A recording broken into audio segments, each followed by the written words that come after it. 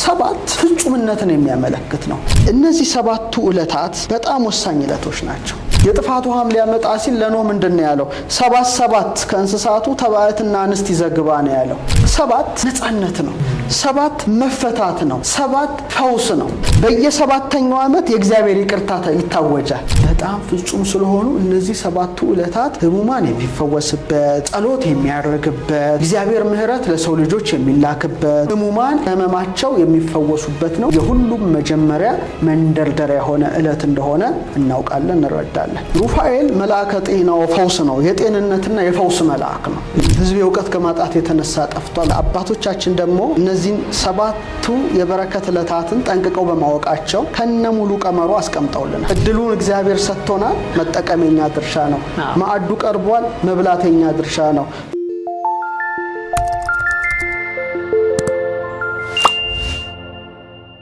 በአመት ውስጥ እንግዲህ 7 ቀናት ናቸው።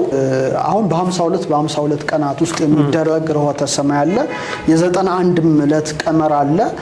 ግን በአጠቃላይ ብንመለከተው በ52ቱ ቀመር በአመት 7 ቀናት ናቸው። ወሳኝ ቀናት ናቸው። ቅድምም እግዚአብሔር ስራ የሰራባቸው ቀናትን አተኩረን መጽሐፍ ቅዱሳዊ ነገሩን ስንመለከት ነበረ። ለምንድነው?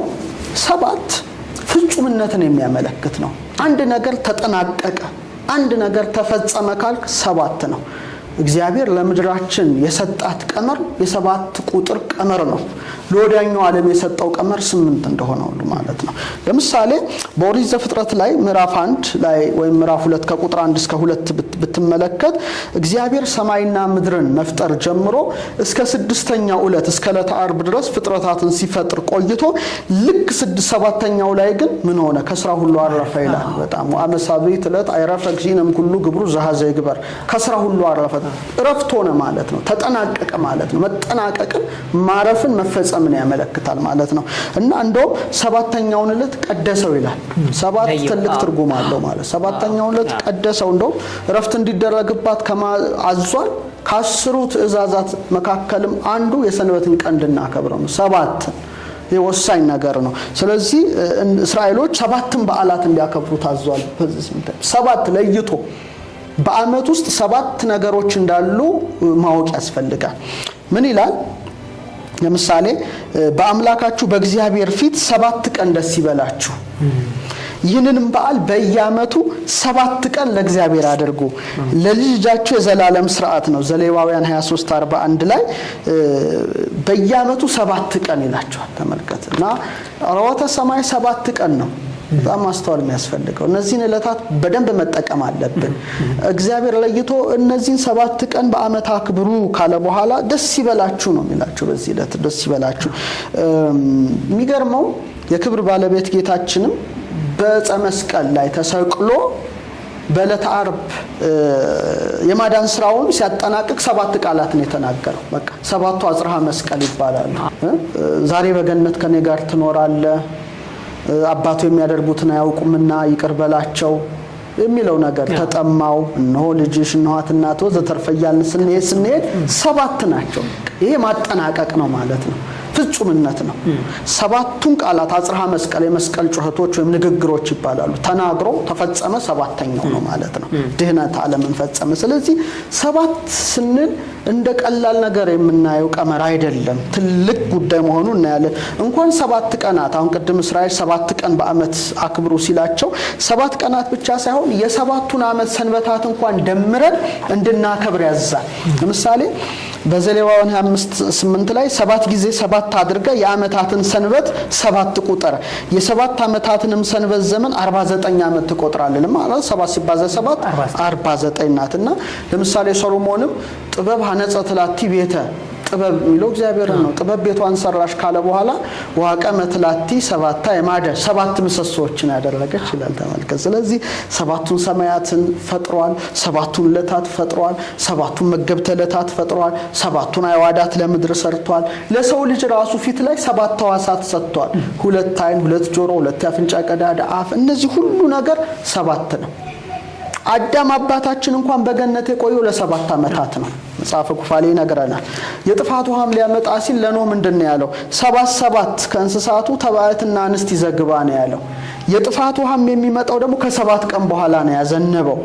ከ7 ቀን በኋላ ነው ኖህ ርግብ የላከው። እንደገና ደግሞ ከ7 ቀን በኋላ ርግብን ልኮ እንደገና ከመርከብ ከወጣ በኋላ 7 ቀለማት ያለው ቀስተ ደመና ምልክት ነው የምህረት አድርጎ ያሳየውና 7 ለምድራችን የተሰጠ የፍጹምነት ቀመር እንደሆነ እንረዳለን። ሌላው 7 ነፃነት ነው። 7 መፈታት ነው። 7 ፈውስ ነው። የነፃነት ቀመር ይሉታል ሊቃውንት፣ የፈውስ ቀመር ይሉታል። ለምሳሌ በዘዳግም 15:1 እስከ 2 እስከ 15 ስታይ በየ7ኛው ዓመት የእግዚአብሔር ይቅርታ ይታወጃል። በእስራኤል የነበረው በየ7ኛው ዓመት የእግዚአብሔር ይቅርታ። ከዛ በዚህ ምክንያት ደግሞ ልክ በ7ኛው ዓመት ዕዳ ሁሉ ይሰረዛል። ባሪያዎቻቸውን ኢቭን ነፃ ያደርጉ ነበር። በ7ኛው ዓመት ዘዳግም 15 ከ1 እስከ 2 ቁጥር 12 ደግሞ ተመለከት። ባሪያዎቻቸውን ሎሌዎቻቸውን ነፃ ያደርጋሉ፣ ዕዳም ይሰረዛል ማለት ነው። ምክንያቱም 7 ወሳኝና ከእግዚአብሔር የተሰጠ ቀመር በመሆኑ ነው ይሄ ሁሉ የሆነው። አሁን ስለ ፈውስ ነው የምናወራው። ለምንድን ነው 7 የሆነው? በፈውስ አውድ ስናይ 7 የፈውስ ቀመርም ጭምር ናት። ለምሳሌ በሁለተኛ ነገሥት ምዕራፍ 4 ቁጥር 35 ላይ አንባቢዎች ያንብቡ። የሱነማዊቷ ሴት ልጅ ሞተ። ኤልሳ ምንድነው ያደረገው ይላል። በድኑን አለ ተኝቷል፣ ደጃፉን ዘጋ። 7 ጊዜ በሞተው ሕፃን ላይ እጁን ከእጁ አፉን ካፉ እግሩን ከእግሩ ገጥሞ 7 ጊዜ ነው የተወደቀበት የተነሳበት። ለምን 7 8 አላደረገም? ለምን 9 አላደረገ? 7 ምንድነው? የፈውስ ቀመር ነው፣ ኃይል ነው። 4ቱን ባህሪያተ ሥጋ 3ቱ ባህሪያተ ነፍስ እንመለከታቸው 4+3 4 ሲደመር 3 7 ነው። የሰው ፍጹምነት ቁጥር ነው።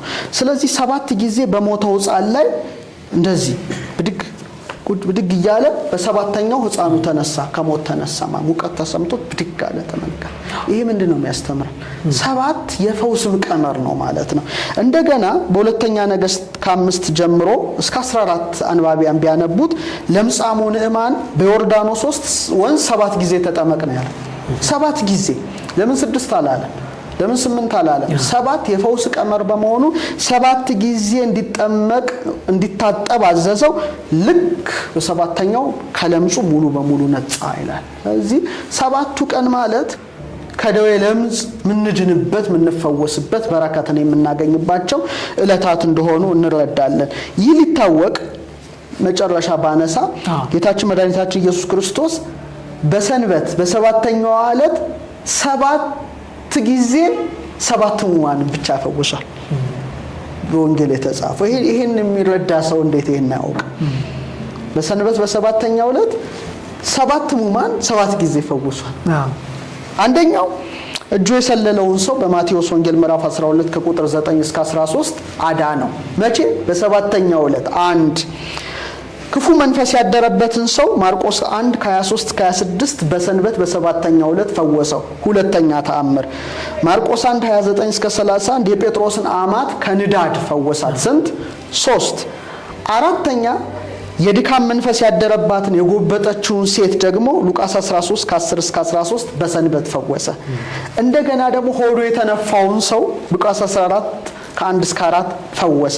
በቤተ ሳይዳ መጠመቅ የተኛውን መጻጉዕን 6ኛው ይሄ ነው። በዮሐንስ 5 ከ5 እስከ 9 ፈወሰ። 6 7ኛ በሰንበት በዮሐንስ ወንጌል ምዕራፍ 9 ከቁጥር 1 እስከ 7 እውር ሆኖ የተወለደውን ፈወሰ። ስለዚህ 7 ሕሙማንን መቼ በስንት ቀናት ፈወሰ ማለት ነው? በ7 ደግሞ የፈወሳቸው መቼ ነው?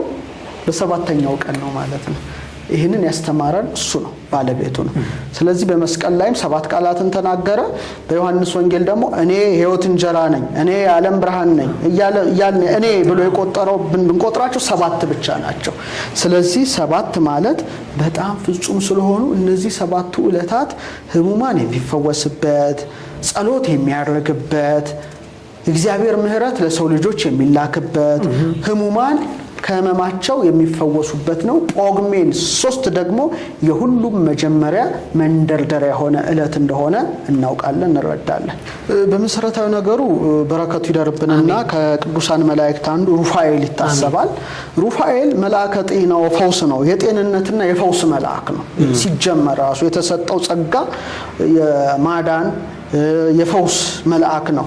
የእግዚአብሔር መልአክ በሚፈሩት ሰዎች ዙሪያ ይከትማል ያድናቸውማል ተብሎ ተጽፏል። መላእክት የማዳን ጸጋ ኃይል አላቸው ከእግዚአብሔር በተሰጣቸው ጸጋ እና ከሰባቱ ሊቃነ መላእክት ወገን ነው ሩፋኤል። ሩፋ ማለት ራሱ ፈውስ ማለት ነው። ኤል ማለት እግዚአብሔር ማለት ነው። ሩፋኤል ማለት ራሱ ፈውስ እግዚአብሔር ማለት ነው። የእግዚአብሔር ፈውስ፣ የእግዚአብሔር ምህረት፣ እግዚአብሔር ሐኪማችን፣ እግዚአብሔር ፈዋሻችን እንደሆነ በስሙ ውስጥ አለ። ለዚህ ነው ኃጢአት ብትሰሩ ይቅር አይልምና አታስመርሩ ስሜ በእነሱ ውስጥ ነው ይላል። ኤል የሚለው ስም አለና ሩፋኤል ማለት እግዚአብሔር ፈዋሼ ነው ማለት ነው የስሙ ትርጉም። ሄኖክ በምዕራፍ 10 ቁጥር 13 እና በምዕራፍ 6 ቁጥር 3 ላይ ምን ይለዋል? በበሽታ ሁሉ ላይና በሰዎች ልጆች ቁስል ላይ የተሾመ ከከበሩ መላእክት አንዱ ቅዱስ ሩፋኤል ነው ይላል።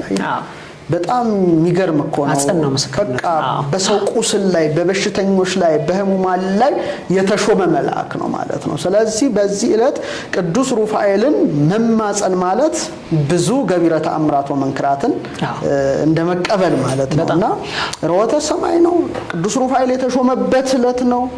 ሩፋኤል ደግሞ መልአከ ጤና ወፈውስ ነው። ፈውስን በማድረግ የሚታወቅ መልአክ ነው። ይህ ሊታወቅ መጽሐፈ ጦቢትን ብናነብ ባሎቿ ስለሞቱባት ቤተሰቦቿ በጣም ያንቋሽሿት ይጠሏት የነበረችውን የራጉኤል ልጅ ሳራን ለማዳን ተልኮ መጣ ይላል። ከእግዚአብሔር መጣ። በእርሷ ላይ አድሮ ባሎቿን ይገልባት የነበረውን አስማንዲዮስ የሚባለውን ጋኔን አውጥቶላት የጦቢት ልጅ ጦቢያን እንዲያገባት አድርጓል። ፈታዬ ማህፀን ይባላል ሩፋኤል። የሚገርም እኮ ነው። እና ብዙ በምጥ የተጨነቁትን ሰዎች በቃል ኪዳኑ የሚራዳ መልክዓ ሩፋኤል ሲጸለይ ምንም ችግር ሳይኖር ነው ለሰብ ወለ እንስሳ ፈታሄ ማህፀኖሙ አንተ ይላል። ማህፀንን የሚፈታ መልአክ ሄኖክ እንዳለው በቃ በህሙማን ላይ የተሾመ በቁስለኞች ላይ የተሾመ ታላቅ እግዚአብሔር ባለሟል የሆነ መልአክ ነውና ጦቢት ግን ሄድና የታወረ አይኑን አብርቶለታል። እና በዛ ዕለት ብዙ ዕውራንን የሚያበራ ነው። ብዙዎቻችን በተለያየ ነገር ታውረናል አይደል? በብዙ ነገር በጥቅማ ጥቅም ታውረናል፣ በጥላቻ ታውረናል፣ በብዙ መጥፎ ነገሮች ታውረናልና ቅዱስ ሩፋኤል የእያንዳንዳችንን አይን እንዲያበራ በጣም መጸለይ ያለብን አይደል? ከክፉ ነገር የታወረ አይናችን በጥላቻ በቂም ወንድምን በመጥላት የታወረ አይናችንን እንደው ቅዱስ ሩፋኤል በተራዳኢነቱ የጦቢትን አይን እንዲያበራልን አስማንዲዮስ የተባለ ጋኔን ክፉ መንፈስ ባሎቿን ይገልባት የነበረው ይጨርስባት የነበረውን ሁሉ እንዳስወጣ ሩፋኤል ዛሬም ክፉዎች መናፍስት የሚያጫርሱ ጠብ ክርክር የሚያመጡ ሐዘንን የሚያመጡ ለቅሶን የሚያመጡ እንባን የሚያመጡ ክፉዎች መናፍስት ቅዱስ ሩፋኤል በተሰጠው ቃል ኪዳን እንዲያርቅልን ምንማጸንበት ማለት ነው። ዓለሙ ነው አሁን ጥብብ አለ ከመላው ዓለማችን የምታየው ናት። ክፉዎች መናፍስት ሰልጥነው ብዙ ነገርን እያደረጉ ያሉት ነውና የእግዚአብሔር መልአክ ኃይሉ ቀላል አይደለም። እንደሚታወቀው ከክብሩ የተነሳ ምድር እንዴት እንደበራች መጽሐፍ ቅዱስ ይጽፋልና ይሄ እግዚአብሔር መልአክ ወርዶ እንዲፈውሰንም ምንማጸንበት ዕለት ነው። በተለይ የፈውስና የጤንነት መልአክ ነውና ደራሲው ምን ይላል? አቃቤ ሥራይ ሩፋኤል ከመቃለ መጽሐፍ ነገረ ብእሲት ጥየት እምህማማ ሀባንሶ ሰው ከምድረ ወብርሃነ ተጸገወ ብእሲ ዘኦረ። ጤናን የምትጠብቅ ሩፋኤል ሆይ መጽሐፍ እንደተናገረ በምድር ላይ በተመላለስክ ጊዜ ሴቷ ሳራ ከህመሟ ዳነች፣ የታወረው ሰው ጦቢትም ብርሃንን አገኘ በማለት ይናገራል። ይሄ በጣም የሚገርም ነው። አንዳንዱ መተርጉማን በቤተ ሳይዳ ህሙም በዮሐንስ ወንጌል ምዕራፍ 5 ላይ የሚያናውጸው መልአክ እሱ ነው ይላሉ። እና ቀድሞ የገባው ይፈወስ ነበር። መልአከ ጤና ወፈውስ ሩፋኤል ነው ይሉታል። እና ሰላም ለሩፋኤል መልአከ ነፍስ ይለዋል። የሰውነት መልአክ ለሆነ ለሩፋኤል ሰላምታ ይገባል ይላል አባ ጊዮርጊስ። እና በእውነት ሩፋኤል የዕውራን የሐኪሞች የተጋቢዎችም ደጋፊ ይባላል በዚህ አጋጣሚ። ምክንያቱም የሳራን ታሪክ ስለምናይ መልአከ ከብካብ ጭምር ነውና በረከቱ ረድኤቱ ይደርብን። በዚህ ዕለትም ደግሞ ታላቁ ሊቀ ካህናት መልከጼዴቅም የሚታሰብበት ዕለት ስለሆነ በጣም የከበረ ዕለት እንደሆነ እናውቃለን፣ እንረዳለን። ህዝብ እውቀት ከማጣት የተነሳ ጠፍቷል። ወሳኝ ነገር ነው።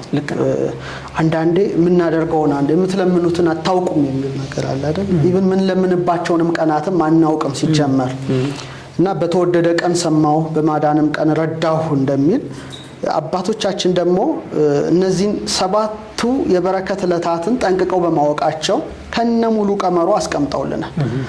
ምግብ ተሰርቶ ፍሪጅ ውስጥ ከገባ በኋላ አሙቆ መብላት በዛ ምግብ መጠቀም ያንተ ድርሻ ነው እና እኔ የምመኘው እነዚህ 7ቱ ዕለታት በጣም ወሳኝ ዕለቶች ናቸው። ምዕራገ ጸሎት የሚደረግባቸው ናቸው። አመቱ ሙሉ ይጸልያል እኮ ግን እስራኤሎች ተለይተው አንዴ ተደፍተው የሚያለቅሱበት ቀን ነበር። በዛሽ ቀን ጸሎት አመት ይጠበቁበታል እና እግዚአብሔር ለይቶ 7ቱን ቀናት በአመት አድርጉ ብሎ አዟል። ስለዚህ እነዚህ 7ቱ ቀናት በጣም ነው የምደነቀው እና እኔ የምመኘው ዓለም አቀፍ ጸሎት በተለያየ ጊዜ የተለያየ ጸሎት ይደረጋል። ይሄ ምክንያቱም አዲስ አመት ልትገባ ነው።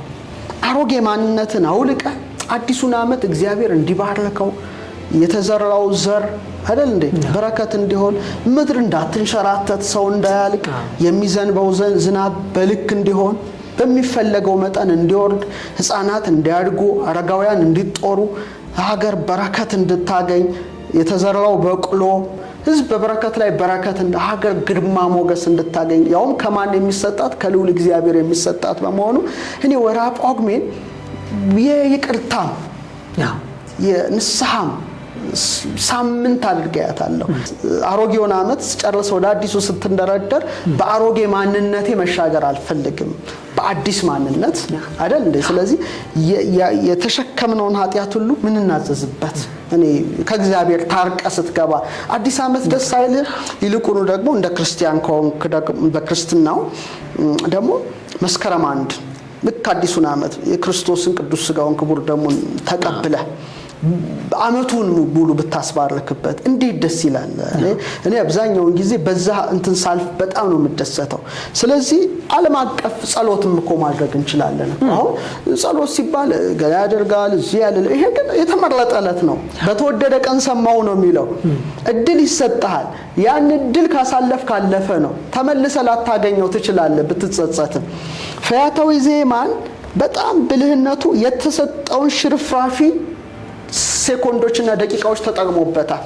ያ በዛ ሰዓት ሆኖ ያላግጣል። ያ ማዕት ወርዶበት ያላግጣል። በግራ የተሰቀለው በቀኝ የተሰቀለው ወንበዴ ግን አቤቱ በመንግስት በመጣ ጊዜ ያስበኛል። የተወደደ ሰዓት ላይ የተወደደ ቀን ዕለተ ዓርብ ላይ ነው የተጠቀመው።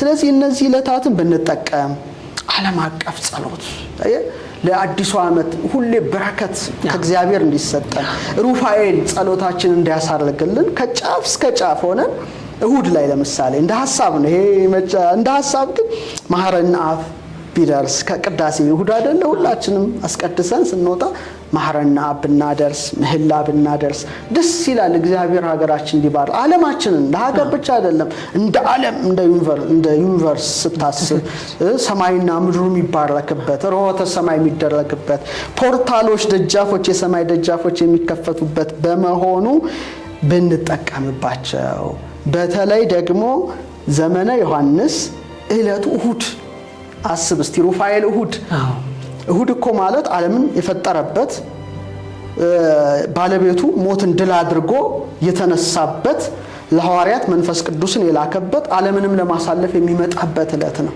እና ዛቲ ዕለትን ተገብረ እግዚአብሔር እቺ ዕለት እግዚአብሔር ስራ የሰራባት ናት ስለሚል ለሀገርም እንድንጸልይ ለወገንም እንድንጸልይ ለታመሙት ሕሙማን ሁሉ ለተጨነቁት በባህር ውስጥ ላሉት በእንተ ቅድሳት እኮ ያ ነው ለወጡ ነጋዴያን ለታመሙ ሕሙማን በየብስ ላሉ በባህር ላሉ በአየር ውስጥ ለሚሄዱ በሙሉ ጸሎት አድርገን የበረከት የጸጋና የፍቅር ጊዜ እግዚአብሔር ታርቆን ምሕረቱን እንዲያበዛልን ብንማጸንበት ሐሳቤን አቀርባለሁ። ይሄ ነው እድሉን እግዚአብሔር ሰጥቶናል። መጠቀመኛ ድርሻ ነው። ማዕዱ ቀርቧል። መብላተኛ ድርሻ ነው። ፈያታዊ ዜማን የመጨረሻዋን ሽርፍራፊ ደቂቃ ተጠቅሞበታል።